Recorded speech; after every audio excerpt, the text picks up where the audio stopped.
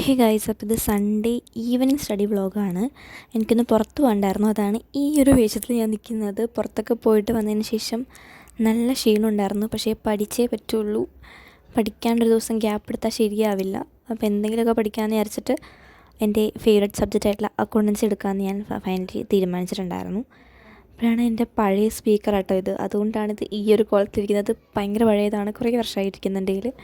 ഇപ്പോഴും നല്ലപോലെ വർക്ക് ചെയ്യുന്നുണ്ട്. അതിന് ഭയങ്കര അത്ഭുതമാണ്. അപ്പം ഞാൻ ടേബിളൊന്ന് ചെറുതായിട്ടൊക്കെ ഒന്ന് ഒതുക്കിയതിന് ശേഷം അക്കൗണ്ടൻസി പഠിക്കാനിരുന്നിട്ടുണ്ടായിരുന്നു. എനിക്ക് പിന്നെ ലെക്ചേഴ്സ് ഏത് ലെക്ചർ എടുക്കുമെന്നുള്ള കൺഫ്യൂഷനായിരുന്നു. ആരുടെ എടുക്കണം, ഹിന്ദി കേൾക്കണോ അതോ ഇനി മലയാളത്തിലുള്ള ഏത് കേൾക്കണം, എക്സാമിനർ കേൾക്കണോ, സൈലം കേൾക്കണോ, അങ്ങനെ ഫുൾ കൺഫ്യൂഷൻ. ഞാൻ അങ്ങനെ കുറേ ക്ലാസ്സുകൾ മാറിയും തിരിഞ്ഞൊക്കെ നോക്കി ലാസ്റ്റ് ഒരെണ്ണത്തിൽ ഉറപ്പിച്ചു. എന്നിട്ട് പിന്നെ അതിരുന്ന് കാണാൻ തുടങ്ങിയിട്ടുണ്ടായിരുന്നു. പുതിയ ചാപ്റ്റർ ഞങ്ങളുടെ സ്കൂളിൽ എടുത്തിട്ടുണ്ടായിരുന്നു. അത് ഹാഫ് ഇയർലി കഴിഞ്ഞതിന് ശേഷം, മിഡ് ടേം കഴിഞ്ഞതിന് ശേഷം പുതിയ ചാപ്റ്റർ എടുത്തു. ആ ചാപ്റ്റർ എനിക്ക് വലുതായിട്ട് പിടുത്തമില്ല. എനിക്ക് ഇഷ്ടപ്പെട്ടതേ ഇല്ല ചാപ്റ്റർ. വല്ലാത്തൊരു ചാപ്റ്റർ. പേര് പോലും ഭയങ്കര ഡിപ്രസിങ് ആണ്.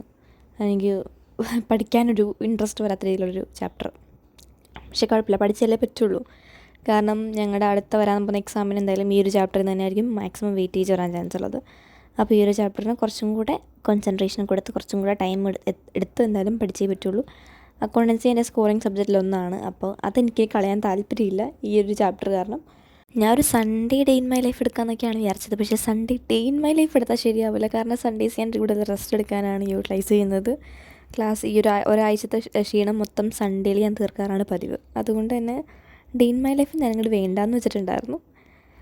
പിന്നെ ഞാൻ വിചാരിച്ചു എന്തെങ്കിലും ഒരു വ്ളോഗ് എടുക്കാം, മോർണിംഗ് എടുക്കാം അല്ലെങ്കിൽ ഈവനിങ് എടുക്കാം, എന്തെങ്കിലും എടുക്കാമെന്ന് വിചാരിച്ചു. മോർണിംഗ് എനിക്ക് അത്യാവശ്യം തിരക്കുണ്ടായിരുന്നു, ക്ലീനിങ് പരിപാടിയൊക്കെ ഉണ്ടായിരുന്നു. അപ്പോൾ അതെടുത്തില്ല. അങ്ങനെ ഈവനിങ് എടുക്കാമെന്ന് വിചാരിച്ചു. ഈവനിങ് നല്ല കുഴപ്പമില്ലാണ്ട്, ഈവനിങ് എപ്പോഴും നല്ല പീസ്ഫുള്ളായിരിക്കും. അതുകൊണ്ട് തന്നെ പ്രത്യേകിച്ച് എനിക്ക് ക്ലാസ് വർക്കൊന്നും കംപ്ലീറ്റ് ചെയ്യാനൊന്നും ഉണ്ടായിരുന്നില്ല. അപ്പോൾ പഠിക്കാൻ മാത്രം. അപ്പോൾ അതിരുന്ന് പഠിച്ചിട്ടുണ്ടായിരുന്നു. അപ്പോൾ ഏതായാലും അത്രയുള്ള video. Thanks for watching. Bye by.